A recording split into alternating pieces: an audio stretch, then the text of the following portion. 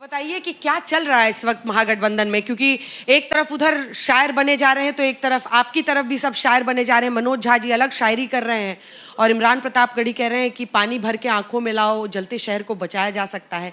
क्या चल रहा है? सीट शेयरिंग का अनाउंसमेंट क्यों नहीं हो पा रहा है? सबसे पहले तो आपका बिहार में बहुत स्वागत है। आपने कहा क्या चल रहा है? शरद ऋतु चल रहा है, बरसा बिगत शरद ऋतु आई। शायरी तो मुझे नहीं आती है, लेकिन चुनाव का भी मौसम है, त्यौहार का भी मौसम है। आजकल से ही जो है दीपावली का जो है पूरा माहौल बन जाएगा। धनतेरस है, हालांकि सोना बहुत महंगा हो गया है, 1.25 लाख रुपए जो है भरी मिल रहा है। तो आप धनतेरस पे क्या खरीदिएगा इस बार? हम चम्मच खरीद लेंगे। राजनीति में चमचा ज़्यादा होता है। इस बार शनिवार को है और स्टील का कुछ खरीदना अच्छा संयोग नहीं होता है। तो ठीक है, तो पीतल लोहा है उसमें, इसलिए पीतल का खरीद लेंगे। पीतल खरीद लीजिए। आप जो कहिएगा शुभ होगा वही खरीद आप लेंगे। बताइए ना, आप बताइएगा कि क्या शुभ है बिहार के लिए। अरे आपके मुंह से हमारे लिए शुभ निकले, इससे बड़ा सौभाग्य क्या होगा। मीडिया कांग्रेस के लिए शुभ बोले, कितनी अच्छी बात है। आप कितना शुभ बोल रहे हैं कांग्रेस के लिए, ये समझना चाह रहे हैं।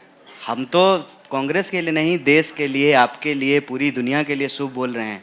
हमने कहा कि त्यौहार का मौसम है। इस मौसम में हम लोग यही कहते हैं, धर्म की जय हो, प्राणियों में सद्भावना हो।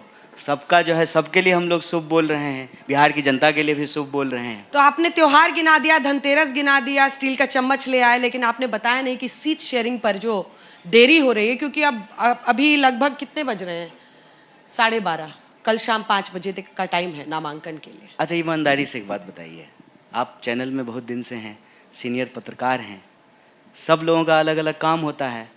आपको तो ये नहीं मालूम होगा ना कि आपके अलावे आपका जो काम है एंकरिंग का, बाकी लोगों को क्या सैलरी मिल रहा है, आपके वीडियो प्रोड्यूसर को कितना मिल रहा है, वो जो आपको कैब लेकर के आता है घर से उसको कितना पैसा मिलता है। तो पार्टी में वैसे ही अलग अलग लोगों की अलग अलग जिम्मेवारी होती है। मेरा काम है आपसे बात करना, लोगों के बीच में जा कर के बात करना। सीट का बात करने की जिम्मेवारी किसी और लोगों की है। इतना दिन सब्र रखे हैं, थोड़ा और रखिए, 2-4 घंटे की बाद है, सब अनाउंस हो जाएगा। सब उत्तम होगा, अच्छा होगा।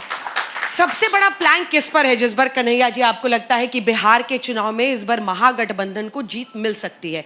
कौन से वो मुद्दे हैं जिसका आपको लग रहा है, क्योंकि सामने 20 साल का नीतीश कुमार का कार्यकाल रहा है, उसमें 17 महीने तेजस्वी जी भी साथ में थे, लेकिन कौन से ऐसे बिंदु हैं जो आपको लगता है कि कमजोर कड़ी है उनका और जहां पर आप चोट कर सकते हैं? देखिए, उनकी क्या मजबूत कड़ी है, कमजोर कड़ी है, ये हमारे लिए मायने नहीं रखता है। अभी चुनाव के दौरान और चुनाव से पहले जब हम लोग बिहार के अलग अलग ज़िलों में जा रहे थे, पंचायतों गाँव में घूम रहे थे, तो हमने एक मसौदा तैयार किया है, 20 साल 20 सवाल। और यह जो 20 सवाल हैं बुनियादी तौर पर वो बिहार के लोगों के रोजी रोटी का सवाल, पढ़ाई लिखाई का सवाल, उनकी जो है स्वास्थ्य की व्यवस्था की स्थिति, अस्पतालों की हालत, सड़कें, भ्रष्टाचार और अपराध, ये प्रमुख बिंदु हैं। और इन सब के वजह से जो एक बड़ी समस्या उभर करके सामने आती है, ज़बरदस्ती धक्के मार करके यहाँ के लोगों को अपनी ज़रूरतों को पूरा करने के लिए दूसरे राज्यों में जा कर के काम करना, मतलब पलायन। ये एक ऐसा विषय है जिससे बिहार का हर वर्ग, हर जाति, हर समुदाय, हर क्षेत्र के लोग, क्षेत्र कहने का तात्पर्य यह है कि कई बार लोगों को लगता है कि बिहार का मतलब सिर्फ भोजपुरी है। सिर्फ भोजपुरी नहीं है, अंगिका है, बज्जिका है, मैथिली है, मगही है। अब जहाँ हम लोग बैठे हुए हैं यहाँ मगही बोली जाती है, भोजपुरी नहीं बोली जाती। सब भाषा आती है कि नहीं? थोड़ी थोड़ी आती है। तो अब बिहार इतना डाइवर्स है, इतनी यहाँ पे जो है डायलेक्ट हैं, जिसका इतना हजारों साल का इतिहास है। मतलब हम महात्मा बुद्ध से शुरू करेंगे, गुरु गोविंद से तक आएंगे, गांधी से शुरू करेंगे, कर्पूरी ठाकुर तक आएंगे। तो इतना जो विविध इतिहास है बिहार का, वहाँ के लोगों को अपनी हर ज़रूरत के लिए मजबूरी में, जानबूझ करके नहीं, मतलब एक ज़माना था कि लोग जो है पटना यूनिवर्सिटी में उनका एडमिशन होता था, ईस्ट का ऑक्सफोर्ड उसको कहा जाता था। मेरी अपनी ही पढ़ाई लिखाई के लिए मुझे दिल्ली जाना पड़ा, आपको पढ़ने के लिए जामिया जाना पड़ा, नौकरी के लिए दिल्ली जाना पड़ा, इलाज के लिए पटना में भी एम्स है, लेकिन दिल्ली के एम्स के बाहर जो लोग, इस सर्दी पड़नी शुरू हो गई है दिल्ली में, जो सर्दी में बाहर सोते हैं कंबल लेकर के, उसमें से ज़्यादातर लोग बिहार के हैं। तो ये जो स्थिति है, इसके लिए कौन जिम्मेवार है? आप सरकार के रहनुमाओं से पूछेंगे, यहाँ आएंगे आपके पास आपसे बात करने के लिए, अगर आप पूछेंगे तो बताएंगे आपको कि इसके लिए ना 90 के पहले की सरकार जिम्मेवार है। ये तो झूठ बात है ना। 20 साल से आप सरकार चला रहे हैं, आपकी सरकार में चूहा शराब पी रहा है, पुल की चोरी हो जा रही है, दिन दहाड़े गोलियां चलती है, कोई ऐसा हफ्ता नहीं जहां विद्यार्थियों के ऊपर लाठियां नहीं चलती है, कोई ऐसा पेपर नहीं है जो लीक नहीं होता है, और कोई ऐसा मंत्री नहीं है जो भ्रष्ट नहीं है, कोई ऐसा डिपार्टमेंट नहीं है जहां बिना घूस का कोई काम होता हो। ऐसी स्थिति बिहार की है। और आप जब सरकार के कामकाज को देखेंगे तो मेरा रिपोर्ट नहीं है, कांग्रेस पार्टी का रिपोर्ट नहीं है, ना आरजेडी का रिपोर्ट है, कैग का रिपोर्ट है कि 73,000 करोड़ रुपए का हिसाब नहीं है बिहार सरकार के पास। मंत्रियों के जो है डिग्री का हिसाब नहीं है, सरकार के पास 73,000 करोड़ के रुपए का हिसाब नहीं है। आपने जहां स्कूल बनाया है वहां टीचर नहीं है, जहां टीचर पहुंच रहे हैं वहां स्टूडेंट नहीं पहुंच रहे हैं, जहां टीचर और स्टूडेंट दोनों हैं वहां छत नहीं है, जहां खिचड़ी दे रहे हैं आप फिर भी स्टूडेंट पढ़ने के लिए नहीं आ पा रहे हैं। शिक्षा की व्यवस्था की हालत देखिए, स्वास्थ्य की हालत देखिए। कोई अस्पताल चले जाइए आप, मैं कहता हूं कि आज लेमन ट्री से बाहर निकलिए और पटना के किसी जो है सरकारी अस्पताल में चले जाइए और वहाँ पे मरीज की स्थिति क्या है, आपको 70 के 80 के दशक की याद आएगी। बार बार ये 90 में ले जाना चाहते हैं। हाथ में जो है मरीज खुद से ही जो है पानी का बोतल पकड़ा हुआ है और उसका पानी चढ़ रहा है, उसका डिप लगा हुआ है। तो बिहार क्यों नहीं बदल रहा है? और कब तक जो है आप इतिहास के कचड़े पे जो है खड़ा होकर के आप वर्तमान को ढकने की कोशिश करेंगे? तो मैं समझता हूं कि 20 साल में बिहार की जो स्थिति है उसके बारे में बात हो, उसकी चर्चा हो। क्यों पलायन हो रहा है, क्यों नौकरियां नहीं मिल रही है, पेपर लीक क्यों हो रहा है, भ्रष्टाचार क्यों हो रहा है, पुल क्यों चोरी हो रही है, चूहा शराब क्यों पी रहा है, क्यों जो है पेपर लीक हो रहा है, क्यों विद्यार्थियों के ऊपर जो है डंडे मारे जा रहे हैं। ये प्रमुख सवाल है। इन सवालों को लेकर के, चाहे वो पलायन का दर्द हो या नौकरी का दर्द हो, हम जनता के बीच में जा रहे हैं। और हम उम्मीद करते हैं कि रोटी आप पकाए हैं कि नहीं पकाए? हम पकाए हैं, पकाए होंगे आप भी शायद। खूब पकाए हैं। अच्छा, रोटी पकाए क्यों नहीं हैं ना? पकाए? तो रोटी समय पे नहीं पलटिएगा ना तो जल जाती है। हाँ। तो समय समय पे रोटी को पलटना चाहिए। तो आपको बिहार की जनता जो है पलटू चाचा को इस बार पलट दे, हम यही चाहते हैं। और उनके नाम पर मैं एक बात और कहना चाहता हूँ, उनके नाम पर जो जय शाह के पप्पा बिहार में करना चाहते हैं, तो चचा बिहार है, गुजरात से आए हैं, संभल के रहिएगा, सारा होशियारी भुतला देगा, समझ में नहीं आएगा आपको।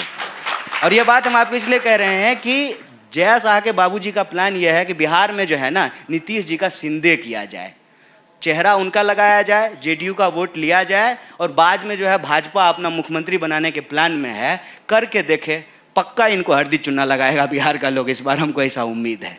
देखिए, ताली भी खूब बजती है आपकी बातों पर और आप बोलते भी बहुत अच्छा है। इस बात की हमेशा आप चर्चा भी बहुत होती अच्छा है बोलते हैं। यूट्यूब पे। आप भी बहुत अच्छा बोलते हैं।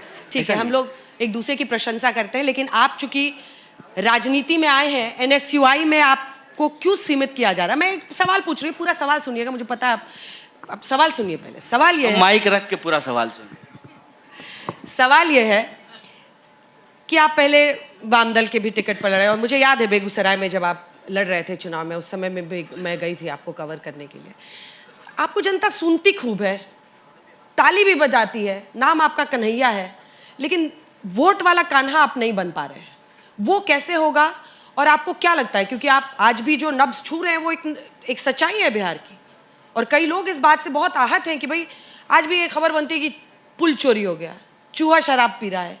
ये बातें बोलने में बड़ी अच्छी लगती हैं, लेकिन आपको लोकतांत्रिक तरीके से उस पद पर पहुंचना होगा ताकि आप व्यवस्था को बदलें। वहां पर कहां पर कमी रह जाती? एक तो क्या है ना कि हम हैं थोड़ा शरीफ, और पाला हमारा वोट चोरों से पड़ गया है। आप शरीफ हैं मत, अरे कन्हैया नाम है लेकिन माखन चोरी नहीं करते हैं, और कृष्ण जी किए होंगे माखन चोरी, हमको नहीं मालूम, हम शरीफ आदमी हैं। तो पाला हमारा चोरों से पड़ा है। साम दाम दंड भेद के इस खेल में थोड़े कच्चे हैं, मतलब पक्के खिलाड़ी नहीं हैं, लेकिन दिल हमारा सही जगह पे है, बाएं साइड में ही है। आपका भी बाएं साइड में ही होगा, सबका दिल बाएं साइड में ही होता है। तो दिल हमारा सही जगह पे है। रही बात लोग ताली बजाते हैं वोट देंगे कि नहीं देंगे, शिव मंगल सिंह सुमन की एक बड़ी अच्छी कविता है, वरदान मांगूंगा नहीं, किसी हार में न जीत में, किंचित नहीं भयभीत मैं, संघर्ष पथ पर जो मिला यह भी सही वह भी सही।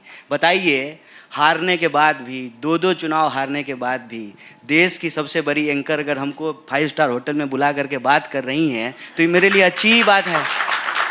543 MP है, और मैं आपको बता दूं बिहार में 243 MLA बनेगा।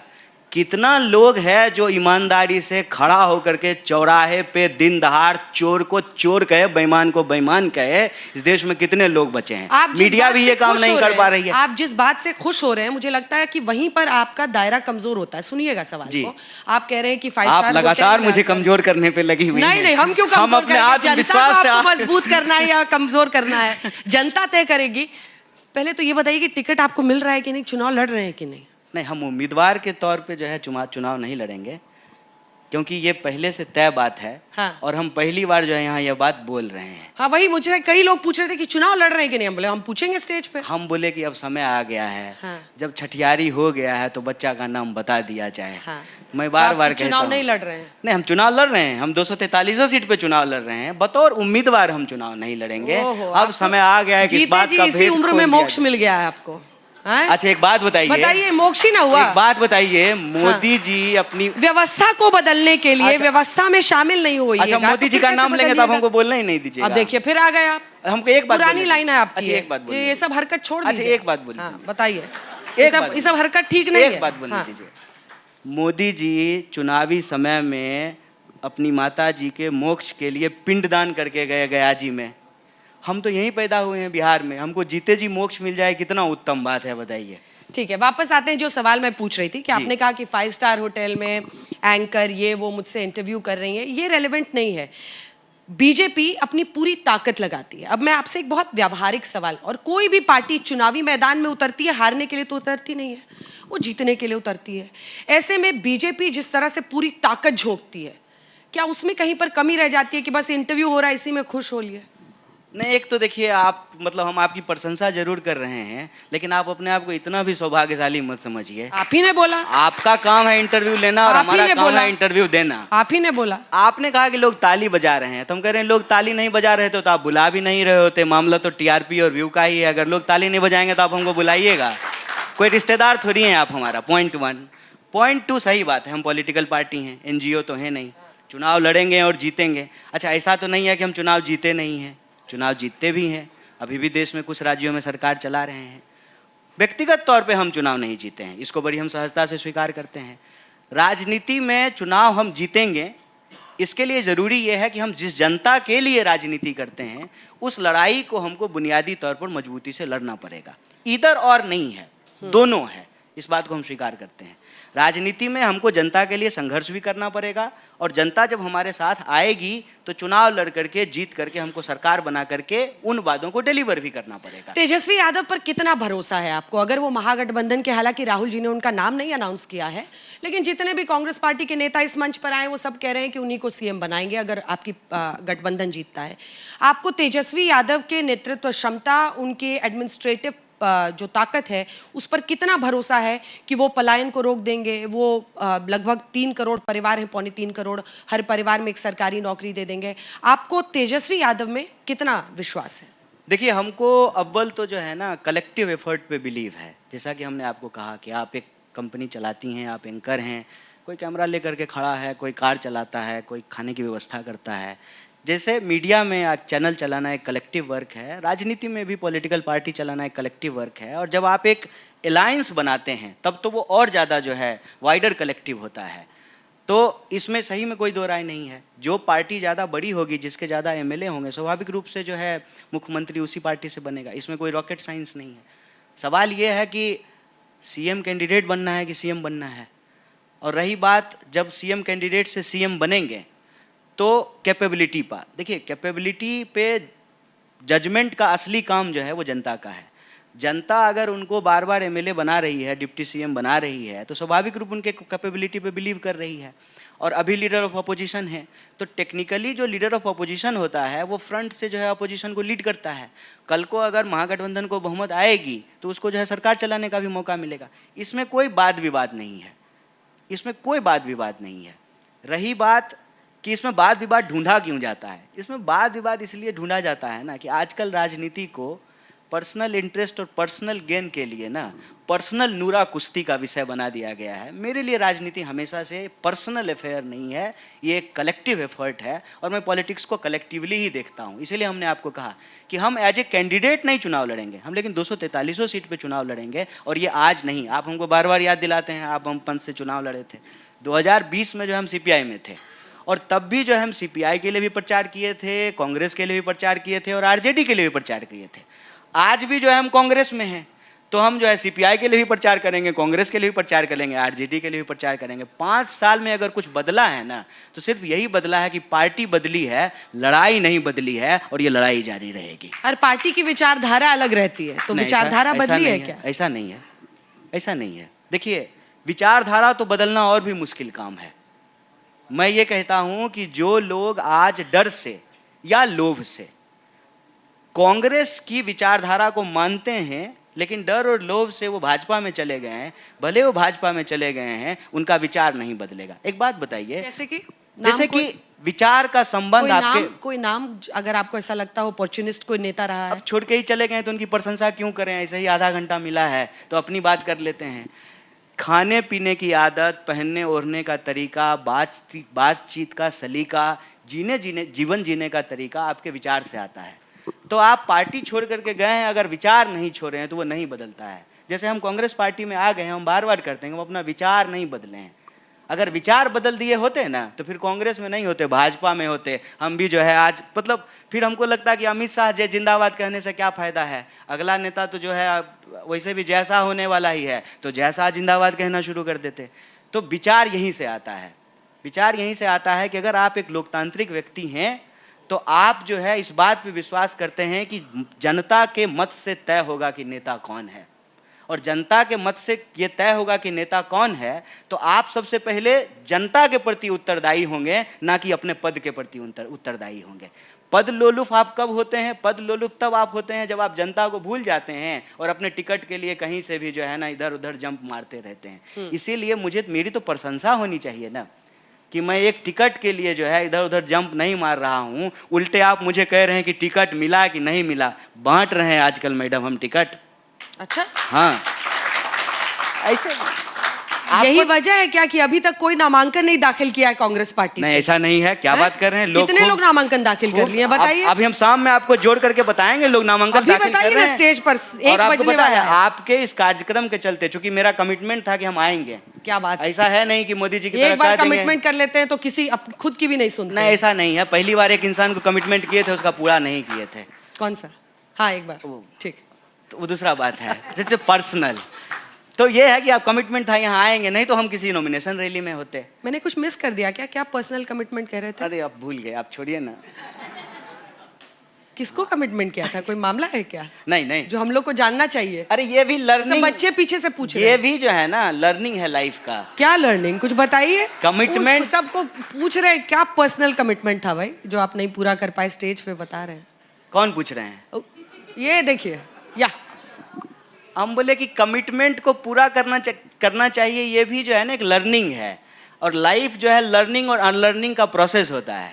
पहले आप किसी का कमिटमेंट पूरा नहीं किए, उसके बाद आपको दुख होता है, तो आप जीवन में तय करते हैं कि आप आगे से हर कमिटमेंट पूरा करेंगे। वही कमिटमेंट पूरा करने के लिए किसी और को संदेश दे रहे हैं, अभी बाएं दाएं हो गए हैं, किसी को टीवी पर ये अलग ही संदेश दे रहे हैं। छोड़ दिया जाए उसको, सीधी बात करते छोड़ दिया जाए। वापस आते हैं हम लोग पॉलिटिक्स में।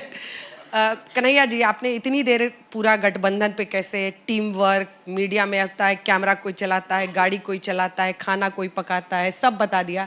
तेजस्वी जी का नाम नहीं लिया। नहीं, कितना बार लें? 3 बार लेने तो आपको संतोष हो जाएगा। देखिए, एक ये बात थी कि आप जिस तरह से यात्रा निकाल रहे थे बिहार में और लोगों के बीच में जा रहे थे, बीच में थोड़ा सा उसको कंट्रोल किया क्या किसी ने? मतलब हम कुछ ऐसा बोलें कि आज मसाला हो, लोगों को मजा आए शाम में।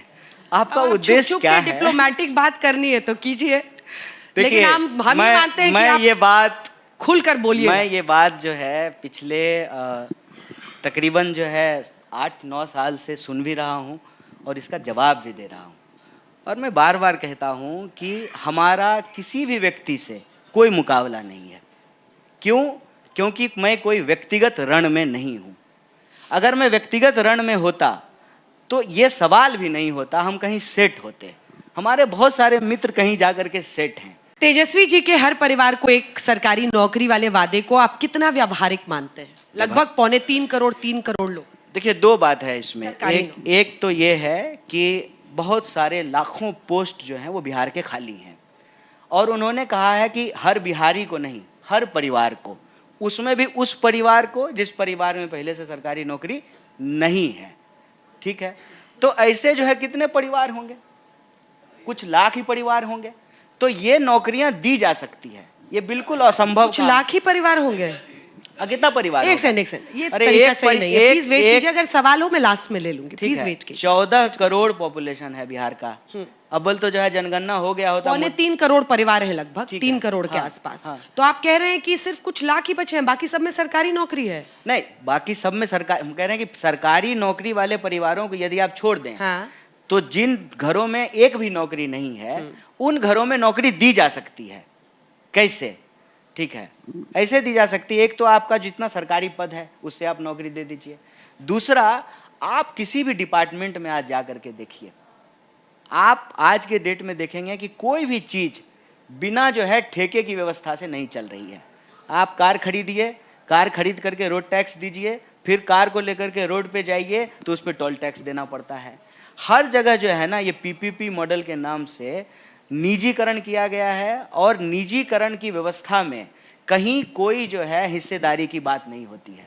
अगर सरकार ये कमिटमेंट करे कि हम हर परिवार को जो है एक सरकारी व्यवस्था में उसको काम दे सकते हैं, उसको रोजगार दे सकते हैं, नौकरी दे सकते हैं, बिल्कुल दिया जा सकता है। क्यों नहीं दिया जा सकता है? बिहार सरकार जितना एमओयू साइन कर रही है, मैं एक एग्जाम्पल आपको देता हूँ कि अभी जो है अदानी को एक प्रोजेक्ट दिया गया है पीपरपैंती भागलपुर में।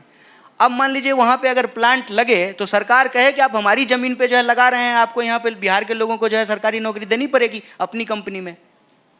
मिनिमम वेज जो है उसका नियम तो सरकार बनाती है, मजदूरों के कल्याण की नीतियां तो सरकार बनाती है। सरकार की अगर यह राजनीतिक इच्छा है कि हम बिहार के हर परिवार के एक व्यक्ति को नौकरी देना चाहते हैं सरकारी व्यवस्था में, दी जा सकती है, असंभव नहीं है।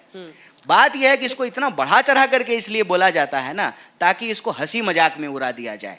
हम कहते हैं कि कोई कह रहा है कि हम देंगे, विश्वास करके देखिए, नहीं देगा तो कौन सा जो है आपको आखिरी बार वोट देने का अधिकार मिला है, अगली बार नहीं दे पाएगा तो हटा दीजिएगा। इसका मजाक उड़ाने का क्या मतलब है, हमको ये जरा सोच कर। रोहित एक सवाल पूछना चाह रहे हैं, पूछिए रोहित। आपसे जानना ये चाहते हैं ना, क्या बिहार में वाकई 2.5 करोड़ 3 करोड़ सरकारी नौकरियों की जरूरत है? और अगर ऐसा होगा तो क्या आप एक लेबर फोर्स तैयार नहीं कर देंगे पूरे प्रदेश में? लेबर फोर्स तो है बिहार, तो 2.5-3 करोड़ नौकरियों की जरूरत है सरकार चलाने के लिए, या फिर नहीं, सरकार चलाने के लिए जरूरी नहीं है, लेकिन क्या जनता के द्वारा चुनी हुई सरकार जनता के प्रति उत्तरदायी होकर के उनको अर्थव्यवस्था में भागीदारी देगी कि नहीं देगी, ये नीतिगत सवाल है। मेरी बात आप समझ रहे हैं? हम ये कह रहे हैं कि अगर 16 लाख करोड़ ठीक बोले हैं ना? क्या 16 लाख करोड़? 16 लाख करोड़ कर्जा माफ किया है हाँ, ना सरकार ने। हाँ, करेक्ट कर लेते हैं डेटा, नहीं तो कहेंगे फेक न्यूज चला रहा है। तो हम कह रहे हैं कि 16 लाख करोड़ रुपया जो है अगर आप कुछ 100 कैपिटलिस्टों का माफ करते हैं तो क्या 16 लाख करोड़ से जो है लाखों लाख परिवारों को लोन नहीं दिया जा सकता है? ये नीतिगत सवाल है कि आप जनता के वोट से चुन करके आते हैं और आपकी प्राथमिकता क्या है। रोहित का सवाल कुछ और है, आप थोड़ा सा ये कर रहे हैं। कहने का कर्ज मतलब की है बात कि नहीं, सरकारी नौकरी, लेबर फोर्स तैयार नहीं हो जाएगा। सरकारी 2.5-3 करोड़ लोग नौकरी, मतलब है यहाँ जरूरत है क्या बिहार में 3 करोड़ लोगों को नौकरी, सरकारी नौकरी? नहीं, देखिए, एक तो और शिक्षा नहीं देंगे तो नौकरी क्या, मतलब एक आपको एक रूट से चलना होगा ना कि किस तरफ आप ले जा रहे हैं। शिक्षा नहीं, शिक्षा तो लोग ले रहे हैं।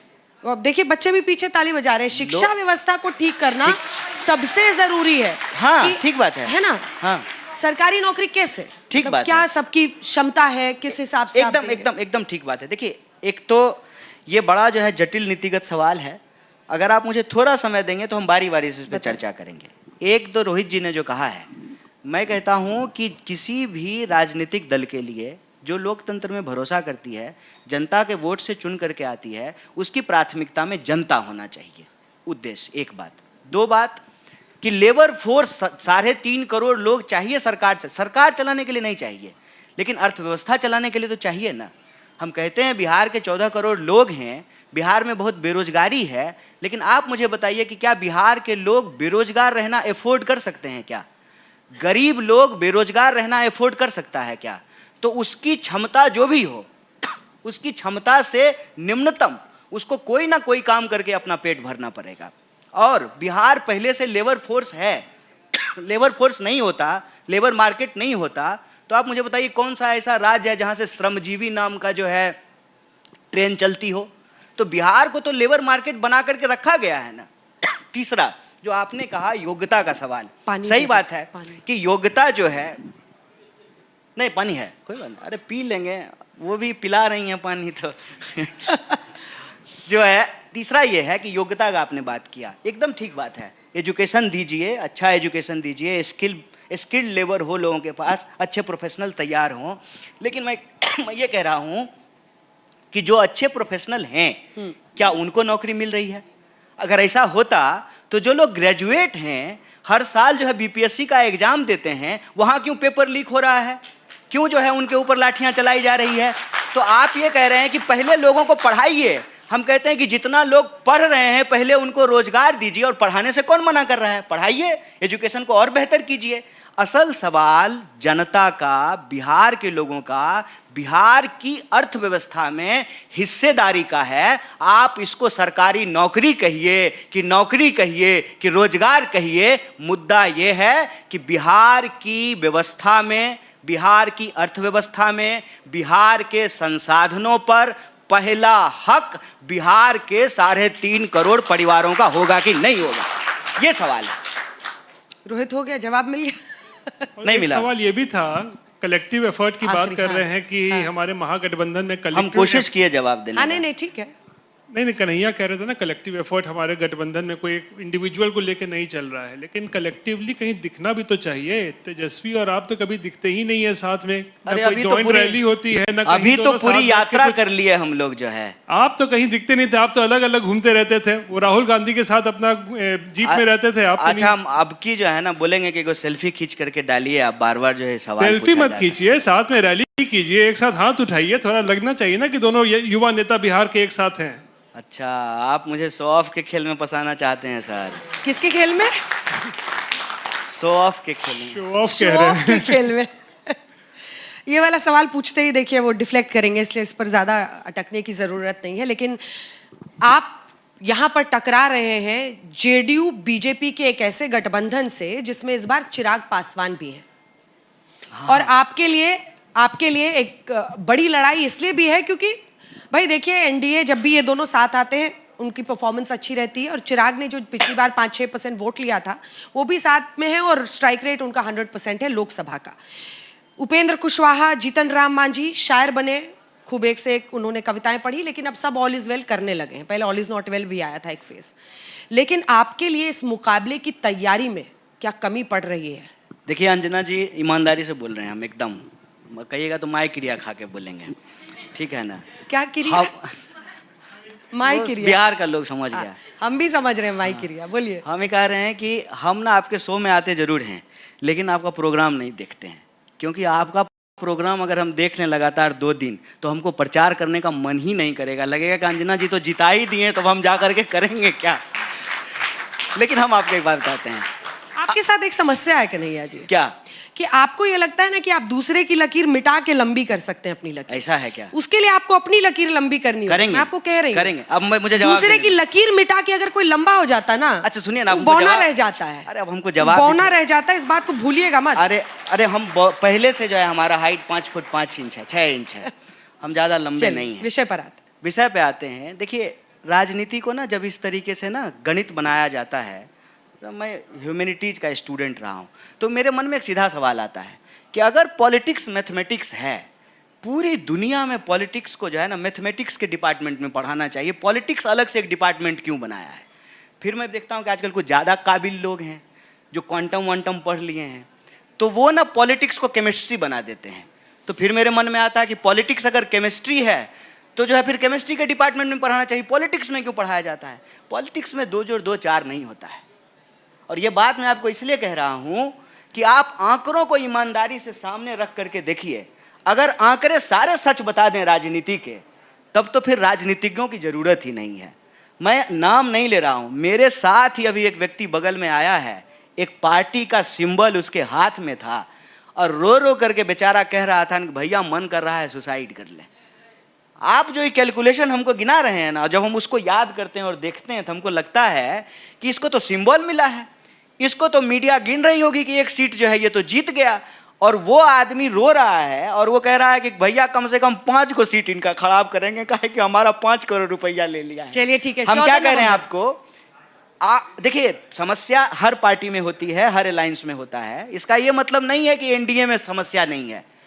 आप सीट वाइज जा करके देख लीजिए, जहां बाहर से कैंडिडेट बीजेपी उतार दी है वहां भी अपने लोकल नेताओं को उनको मैनेज करना पड़ेगा, इस्तीफे हो रहे हैं तो समस्या वहां भी है। और कितना आसानी से आपने कह दिया कि इस बार तो चिराग जी भी हैं, 5% उनका भी है, तो प्रशांत जी को कार्यक्रम में नहीं बुलाए हैं, आ रहे हैं वो, आ रहे हैं ना, तो उनका कितना % है आप बताइए, वो क्या होगा, किसको नुकसान पहुंचाएंगे? वही तो मैं कह रहा हूँ, देखते हैं, उनका भी कुछ % होगा ना।